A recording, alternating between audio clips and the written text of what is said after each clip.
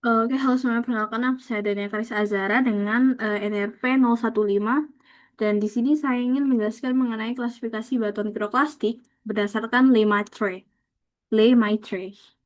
Lemaitre. Gitu. Nah, ada beberapa klasifikasi yang Lemaitre lakukan. Yang pertama itu adalah klasifikasi granulometri satu dimensi. Ini merupakan klasifikasi yang digunakan secara umum karena ada tiga batas gitu. Ada tiga batas granulometrinya atau granularitasnya itu batas 64 mm, 64 mm, 2 mm sampai 16 mm gitu. Nah, saya akan membacakan saya akan menjelaskan mengenai klasifikasi granulometrinya gitu. Yang dijabarkan pada biasanya itu eh, diklasifikasi sebagai tabel-tabel gitu ya. Nah, kalau misalnya lebih dari 64 itu biasanya ada bom blok dan ada bagian endapan yang belum terkonsolidasi. Nah, kalau bagian endapan yang nggak terkonsolidasi itu biasa ada aglomerat, terus ada lapisan blok belum dan juga ada tefra blok.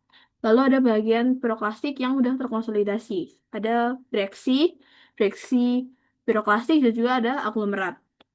Kalau ada 2 sampai 64 itu disebutnya lapili. Nah, endapan yang belum terkonsolidasi itu adalah eh, lapisan lapili, terus ada tefra lapili. Terus yang terkonsolidasinya itu ada tuf lapili. Lalu selanjutnya ada 1/16 sampai 2 itu butiran abu kasar. Nah, kalau yang belum terkonsolidasi itu abu kasar. Kalau udah terkonsolidasi itu tuf kasar atau tuf abu kasar. Lalu yang kurang dari 1/16 itu butiran abu halus atau debu. Yang belum terkonsolidasi itu abu halus, yang udah terkonsolidasi itu halus atau tuf debu.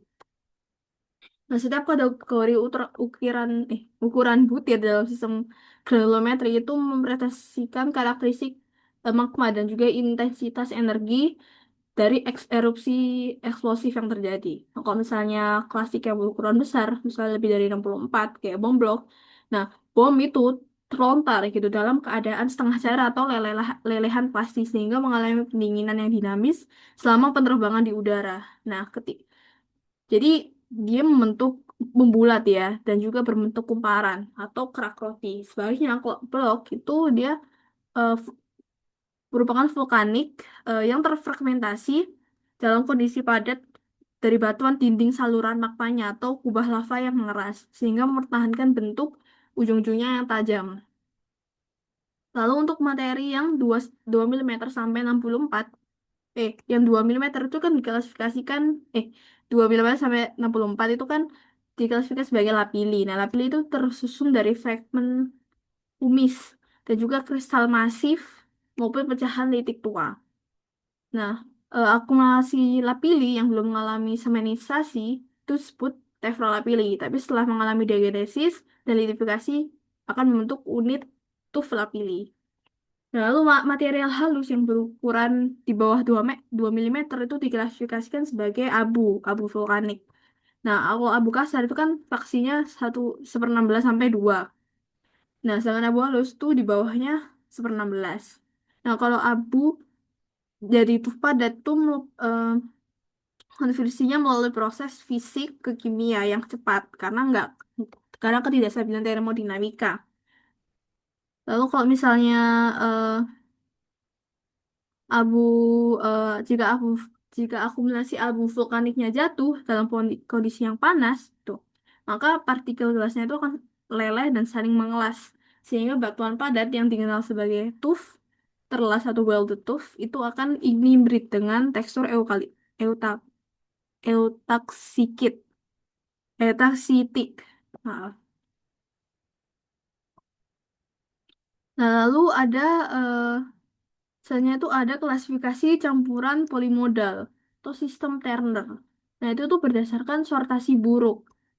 Agak mirip dengan yang sebelumnya itu tujuannya itu tuh mengklasifikasikan endapan proklastik yang sortasinya buruk gitu. Jadi campuran berbagai ukuran butir. Klasifikasinya ya kayak eh, relatifnya blok belum yang lebih dari 64 mm, terus lapili yang 2 sampai 64, terus abu yang kurang dari 2. Contoh, contoh namanya juga ada reaksi piroklastik, ada lapilistone, terus ada tuf lapili, campuran abu dan lapili, terus ada tuf yang dominasi debu. Lalu ada campuran piroklastik, epiklastik atau tufits. Nah, itu biar bisa membedakan primer vulkanik dengan endapan primer vulkanik dengan endapan sekunder yang bercampur dengan sedimen biasa. Nah, itu kayak proporsi piroklastik primer versus epiklastik gitu. Misalnya kayak 75% piroklastik itu ada tuf lapili, terus tuf abu, terus ada 25 sampai 75% campuran itu disebutnya tufits, misalnya breksi tufa atau pasir tufa. Terus ada yang kurang dari 25% itu kurang dari 25% piroklastik itu batuan biasa, batuan sedimen biasa yang dengan imbuhan eh, deskriptif kayak pasir vulkanik. Hanya ada klasifikasi TUF berdasarkan komponen mikroskopis. Itu kayak komposisi internal TUF halus lah gitu. Jadi komposisi komponen mikroskopis kayak misalnya vitrik lebih dari 50% gelas vulkanik sebenarnya TUF vitrik. Terus ada kristal 50% lebih dari 50% kristal mineral disebutnya TUF kristal. Terus ada juga litik yang mana lebih dari 50% fragmen batuan itu disebut TUF litik. Nah, saya kira cukup untuk berbagai klasifikasi dari lematre, mulai dari granularitasnya, dari endapannya, sortasinya, terus dari campuran piroklastik, dan juga ada dari komponen mikroskopis. Dari sekian dari saya, sampai jumpa di video berikutnya.